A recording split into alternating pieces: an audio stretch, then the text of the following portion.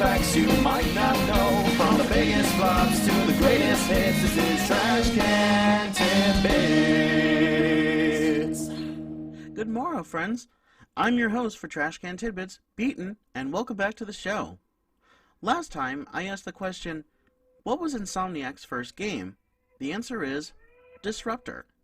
Released in 1996, this game was heavily inspired by Doom being a first-person shooter. Originally developed for the Panasonic 3DO, the team eventually got PlayStation development kits with the help of Mark Cerny, then a producer for Universal Pictures. As I mentioned, the game was received very well by gaming critics, but it was a financial dud due to very little advertising. All in all, Disruptor sold about 200,000 copies, but it would not be the end for Insomniac, as their next game, Spyro the Dragon, well, you know how that game did. Now with that addressed, let's get started with fact number 1. Did you know that one of the actors who physically played one of the Ninja Turtles in the original film went on to be the fight coordinator for Batman Begins? David Foreman, who played Leonardo, is a stuntman and entrepreneur who has been featured in other films such as Son of the Pink Panther, Greystoke, and The Last Samurai.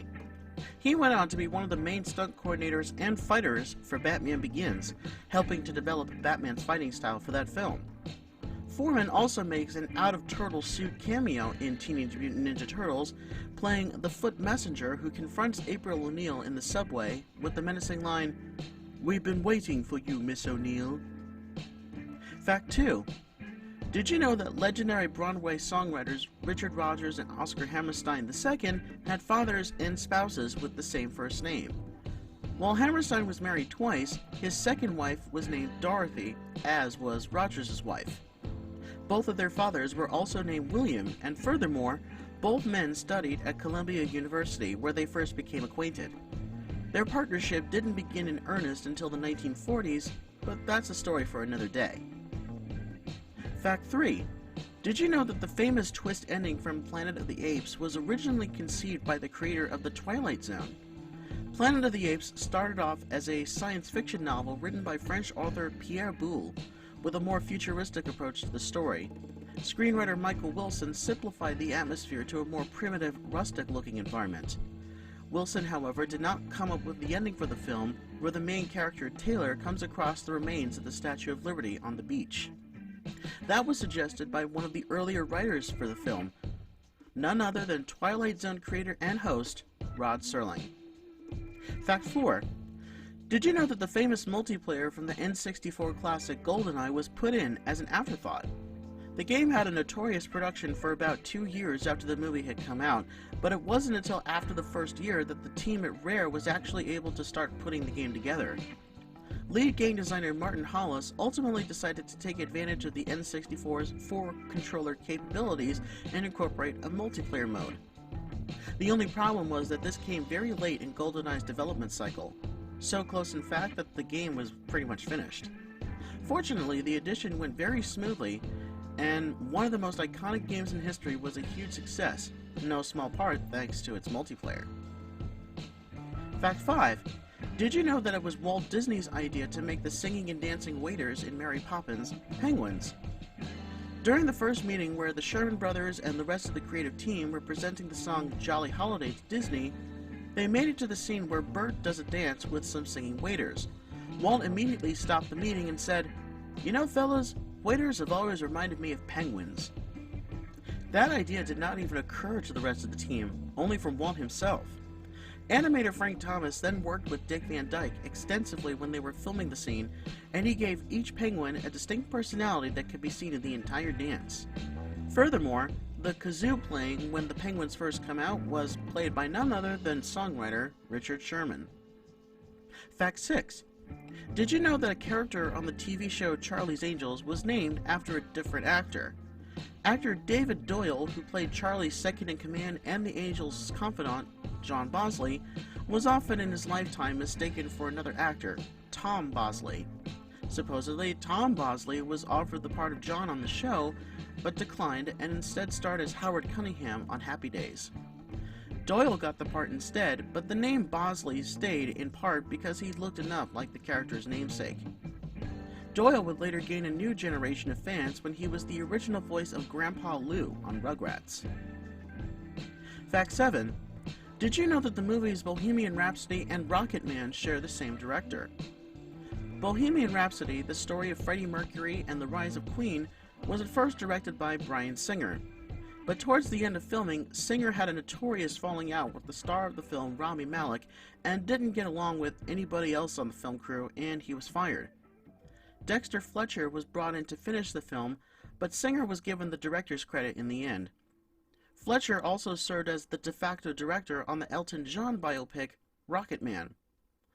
Coincidentally, both Queen and Elton John performed at the benefit concert Live Aid, which was shown in Bohemian Rhapsody, but not shown in Rocket Man. I guess Fletcher decided not to film the same thing twice, but it would have been interesting to see a Freddie Mercury cameo in that film. Fact 8. Did you know that there is yet another teaser for a Batman game hidden in Batman Arkham City? In my previous video, I talked about an Easter egg that was so well hidden that Rocksteady themselves had to tell gamers where it was. No such obstacles for Arkham City.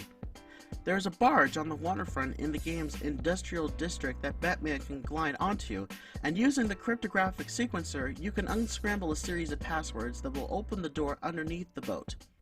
Inside, you will find boxes and tanks of different insects, and an Arkham Asylum inmate seated in a chair. When you approach the inmate, he will lunge forward, scream, and then die.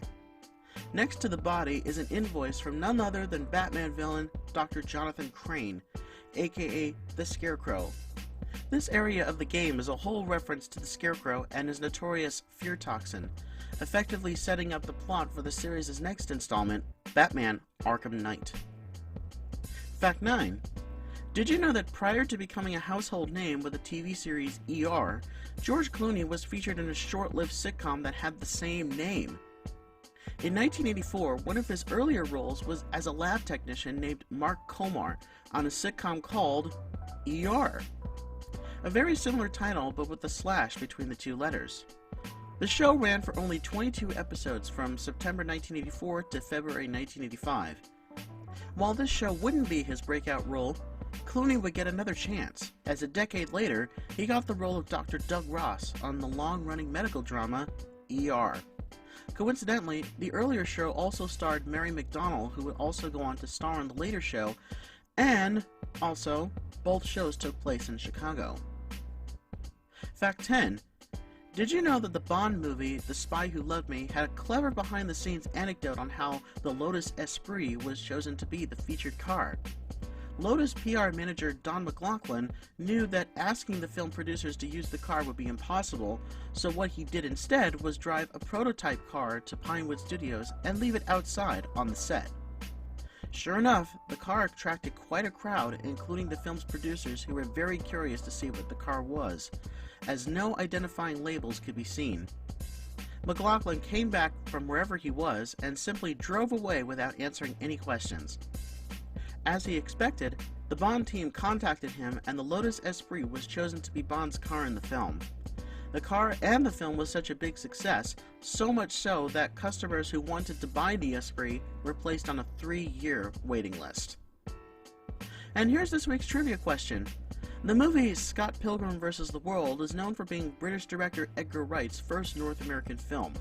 So much so that he didn't want to cast any actors from the United Kingdom, as the story is set in Toronto, Canada. Most of the actors chosen were Canadian, American, and even Japanese. But one actor that Wright cast in the film who blew everyone away with a non-English accent was actually from London, England. Wright apparently did not know this until much later. My question to you is, which actor from Scott Pilgrim vs. the World later revealed himself to be British? And there we go for this week. Thank you to everyone out there who wished me a happy birthday. Definitely stay tuned for more stuff. And please don't forget to like this video, subscribe to my channel, share with your friends, and ring the bell to be notified for future videos and premieres. Thanks for watching, and I'll see you next time.